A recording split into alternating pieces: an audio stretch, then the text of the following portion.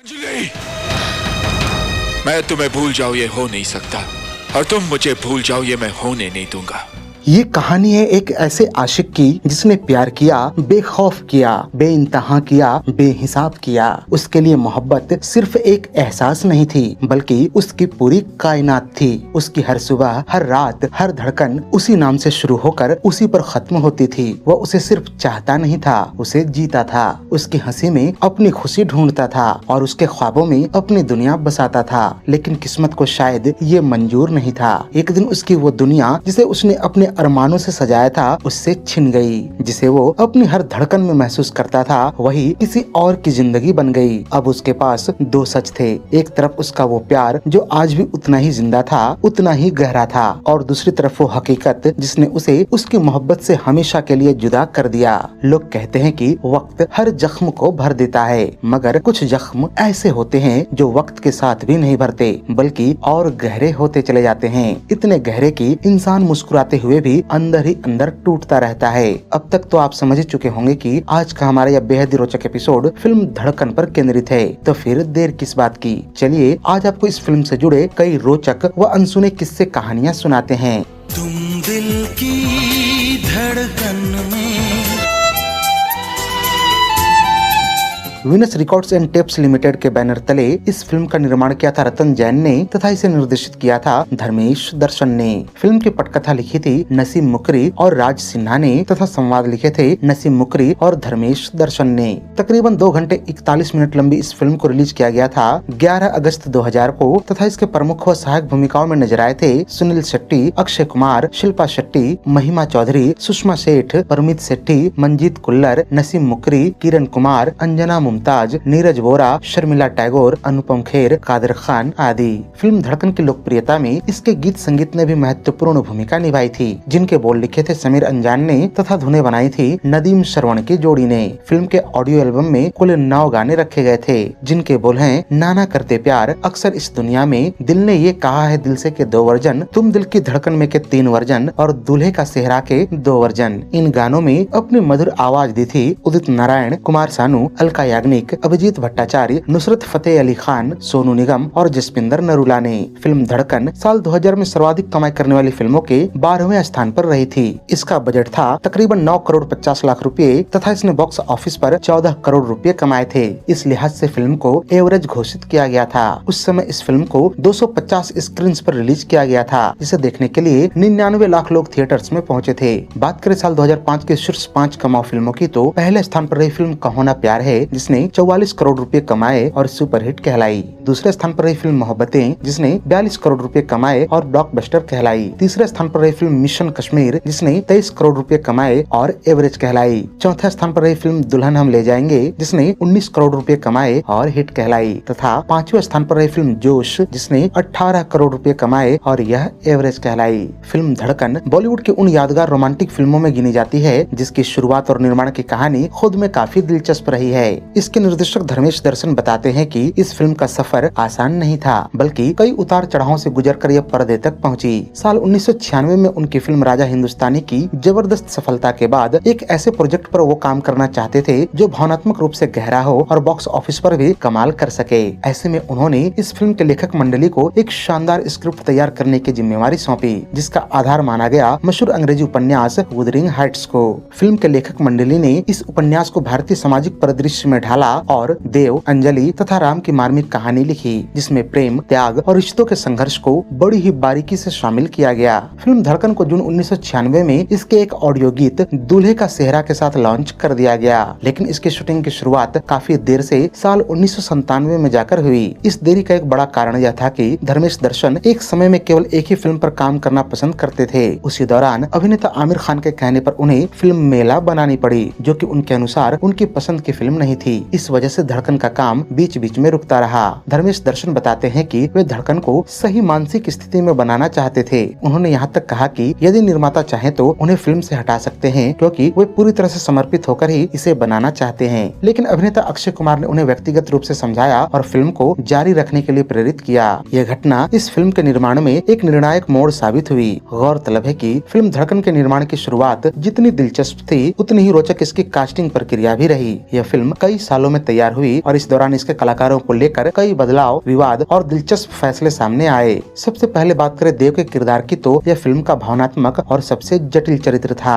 शुरुआत में इस भूमिका के लिए अरबाज खान को साइन किया गया। असल में अपनी डेब्यू फिल्म दरार के बाद वे इस तरह के किरदार के लिए उपयुक्त माने जा रहे थे, लेकिन फिल्म के डिस्ट्रीब्यूटर्स ने सुझाव दिया कि अगर फिल्म में अक्षय कुमार और सुनील शेट्टी की जोड़ी होगी तो इसका बिजनेस ज्यादा मजबूत होगा। इसी कारण अरबाज खान को फिल्म से हटा दिया गया और उनकी जगह सुनील शेट्टी को ले लिया गया। उस समय यह बदलाव विवादों के घेरे में आ गया था। अरबाज खान ने अपने एक इंटरव्यू में नाराजगी जताते हुए कहा था कि यह फैसला उनके साथ अन्याय है और उन्होंने सुनील शेट्टी के द्वारा इस रोल को स्वीकारने पर भी सवाल उठाए। खैर, यहाँ दिलचस्प बात यह रही कि सुनील उस समय एक एक्शन हीरो की छवि के लिए जाने जाते थे, लेकिन देव जैसा भावनात्मक और ग्रे शेड वाला किरदार उनके लिए एक इमेज चेंजिंग अवसर बन गया। बाद में यही रोल उनके करियर के सबसे यादगार परफॉर्मेंसेज में गिना गया।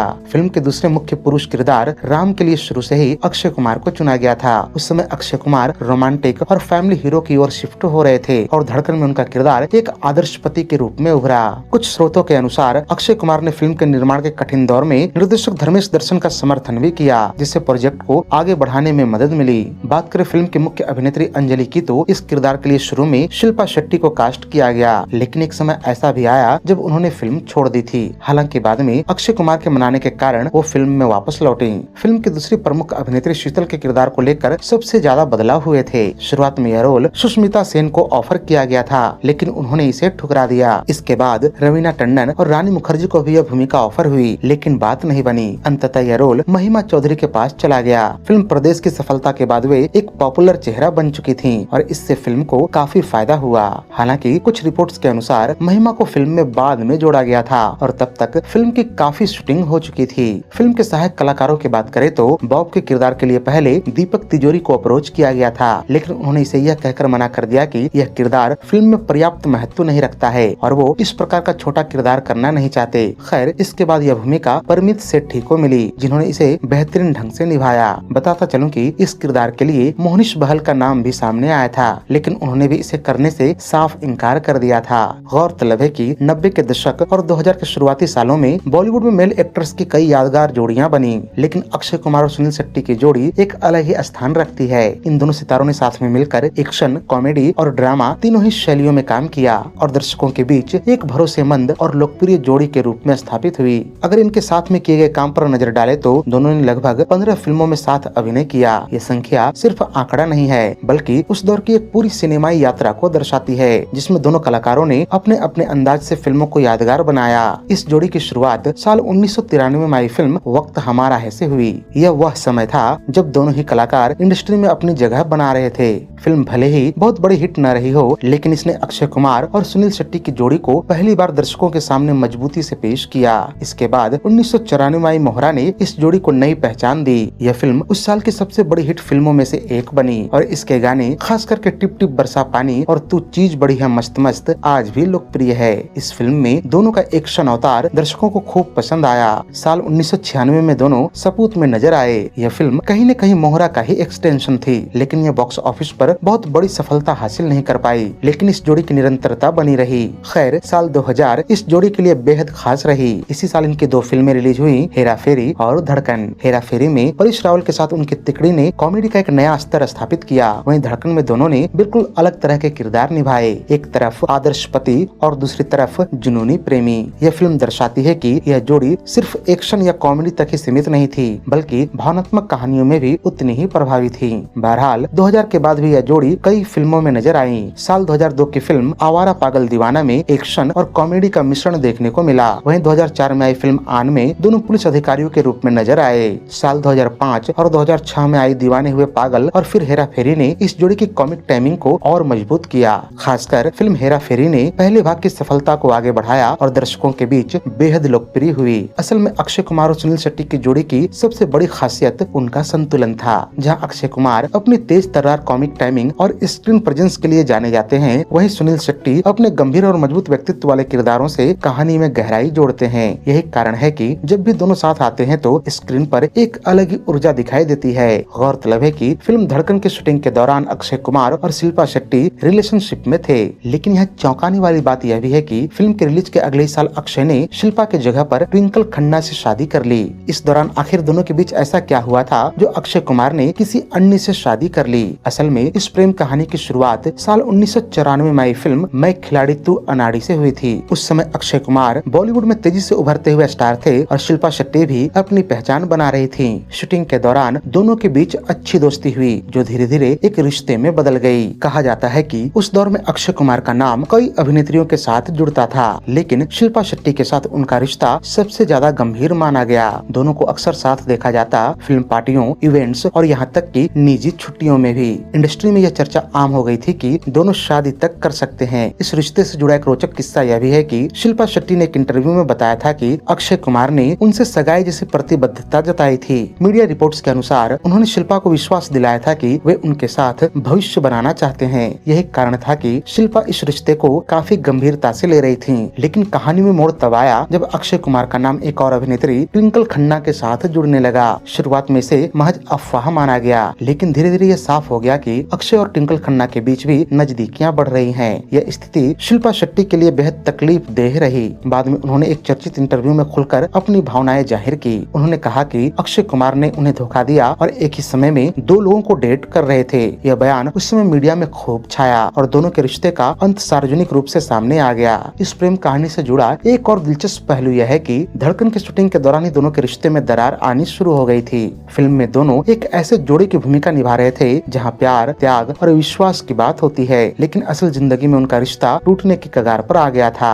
खैर, ब्रेकअप के बाद शिल्पा शेट्टी ने कुछ समय तक अक्षय के साथ काम करने से दूरी बना ली। हालांकि बाद में उन्होंने अपने करियर पर ध्यान केंद्रित किया और धीरे धीरे इस रिश्ते को छोड़कर आगे बढ़ गयीं। वहीं दूसरी ओर अक्षय कुमार ने ट्विंकल खन्ना के साथ अपने रिश्ते को आगे बढ़ाया और साल 2001 में उनसे शादी कर ली। यह शादी आज भी बॉलीवुड की स्थिर और सफल शादियों में गिनी जाती है। गौरतलब है कि समय बीतने के साथ इस कहानी के प्रति दोनों का नजरिया भी बदला। शिल्पा शेट्टी ने बाद में कहा कि उन्होंने उस अनुभव से काफी कुछ सीखा और जीवन में आगे बढ़ना ही सबसे सही रास्ता है। उन्होंने यह भी स्पष्ट किया कि अब उनके मन में कोई कड़वाहट नहीं है। बात करें फिल्म धड़कन के मशहूर गीत दूल्हे का सेहरा की, तो यह सिर्फ एक शादी का गाना नहीं बल्कि इसके पीछे महान गायक नुसरत फतेह अली खान की विरासत से जुड़ी एक भावनात्मक कहानी भी है। इस गीत को नुसरत फतेह अली खान ने साल 1997 में रिकॉर्ड किया था, यानी कि उनके निधन से कुछ ही महीने पहले। उनकी आवाज में यह गाना सूफियाना मिठास और पारंपरिक कव्वाली की गहराई लिए हुए था, लेकिन अफसोस इस गीत को फिल्मी रूप में पर्दे पर देख नहीं पाए।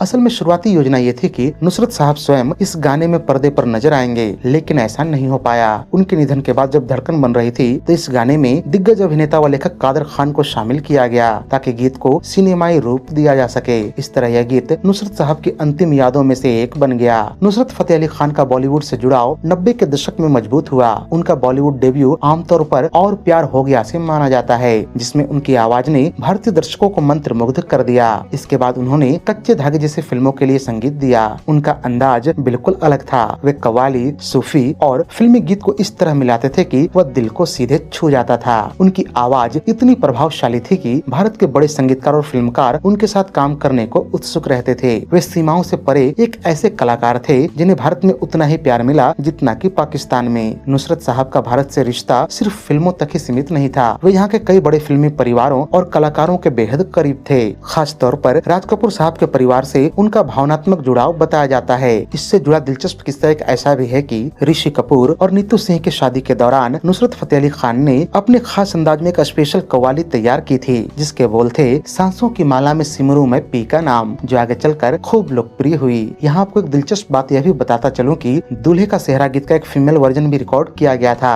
यह वर्जन गायिका जसपिंदर नरूला की आवाज में है और यही वो वर्जन था जिसके साथ साल 1996 में फिल्म को लॉन्च किया गया था। गाने के इस फीमेल वर्जन को एल्बम तक ही सीमित रखा गया, जबकि फिल्म में सिर्फ पुरुष आवाज वाला वर्जन ही रखा गया, जो बाद में बेहद लोकप्रिय हुआ। फिल्म धड़कन के एक अन्य गीत तुम दिल की धड़कन को लेकर एक दिलचस्प किस्सा भी आपको सुनाता चलूं। साल 1996 में आई फिल्म राजा हिंदुस्तानी का मशहूर किसिंग सीन तो आपको याद ही होगा, जिसमें आमिर खान और करिश्मा कपूर एक साथ नजर आते हैं। यह अपने समय का बेहद चर्चित सिनेमैटिक मोमेंट था। इस सीन के दौरान जो बैकग्राउंड म्यूजिक इस्तेमाल हुआ है वो धड़कन फिल्म के गीत तुम दिल की धड़कन का ही था। यह धुन बहुत ही सॉफ्ट और इमोशनली चार्ज म्यूजिक पीस था जो रोमांस की इंटेंसिटी को उभारता है। हालांकि कुछ लोग यह भी दावा करते हैं कि इस गीत की धुन साल 1966 में आई लव इन टोक्यो के गीत मुझे तुम मिल गए हमदम से भी प्रेरित है। लेकिन जब आप दोनों गानों की तुलना करेंगे तो पाएंगे कि इस दावे में कोई भी सच्चाई नहीं है। दोनों ही गानों के धुनें एक दूसरे से बिल्कुल भिन्न हैं। फिल्म धड़कन के एक अन्य गीत दिल ने ये कहा है दिल से की धुन को आगे चलकर साल 2003 में एक पाकिस्तानी गीत में प्रयोग किया गया, जिसके बोल हैं तकलेवे तू मेरा मुखड़ा, और जिसे गाया था नसीबो लाल ने। वैसे ये भी पूरा सच नहीं है। जब आप इस बात की तह तक जाएंगे तो पता चलेगा कि इसकी धुन साल 1995 में आई सऊदी अरब के गायक अब्दुल मजीद अब्दुल्ला के गीत अहेबक लेह से कॉपीड है। इस तरह से इस धुन पर पहला गाना यही था। फिर जाकर साल 2000 में धड़कन फिल्म का गीत दिल ने ये कहा है दिल से रिलीज हुआ। वैसे धड़कन का एक और गीत अक्सर इस दुनिया में भी का धुन कॉपीड है, जो साल 1999 में आई लेबनीज सिंगर नजवा करम के गीत अश्ताना से लिया गया था। यहाँ गौर करने वाली बात यह भी है कि धड़कन फिल्म के हर गीत में कहीं न कहीं धड़कन शब्द का इस्तेमाल होता है, जो अपने आप में एक बड़ा ही दिलचस्प बात है। अब यह एक संयोग मात्र है या ऐसा जानबूझकर किया गया है, यह तो इसके गीतकार समीर अंजान साहब भी बता सकते हैं। खैर, फिल्म धड़कन के रिलीज को लेकर यहाँ आपको एक दिलचस्प बात यह भी बताता चलूं कि इसे 11 अगस्त 2000 के दिन रिलीज किया गया था, जो कि सुनील शेट्टी का 39वां जन्मदिन था। यह फिल्म सुनील शेट्टी के कैरियर के लिए बेहद खास रहा और इसी फिल्म के लिए उन्हें साल 2001 में आयोजित 46वें फिल्म फेयर अवार्ड्स में best performance in a negative role के लिए अवार्ड दिया गया, जहां इन्होंने शिकारी फिल्म के लिए नॉमिनेट गोविंदा, मिशन कश्मीर के लिए नॉमिनेट जैकी श्रॉफ, चैंपियन के लिए नॉमिनेट राहुल देव और जोश के लिए नॉमिनेट शरद कपूर को हराया था। इसके अलावा अलका याग्निक भी दिल ने ये कहा है दिल से गीत के लिए बेस्ट फीमेल प्लेबैक सिंगर के श्रेणी में जीत हासिल की थी, जहां इन्होंने फिजा फिल्म के गीत महबूब मेरे के लिए सुनिधि चौहान को, हर दिल जो प्यार करेगा के गीत पिया पिया के लिए प्रीति पिंकी को, जोश फिल्म के गीत हाय मेरा दिल के लिए और रिफ्यूजी फिल्म के गीत पंछी नदियां के लिए खुद को हराया था। तो ये थी साल 2000 में आई रोमांटिक म्यूजिकल ड्रामा फिल्म धड़कन पर हमारी एक विशेष प्रस्तुति। उम्मीद है कि ये वीडियो आपको बेहद रोचक लगी होगी। अगर वीडियो पसंद आई हो तो इसे लाइक और शेयर भी कर दें तथा ऐसे ही अन्य दिलचस्प वीडियोज की नोटिफिकेशन पाने के लिए चैनल को सब्सक्राइब करके बेल आइकन में ऑल का बटन दबाना न भूलें। धन्यवाद।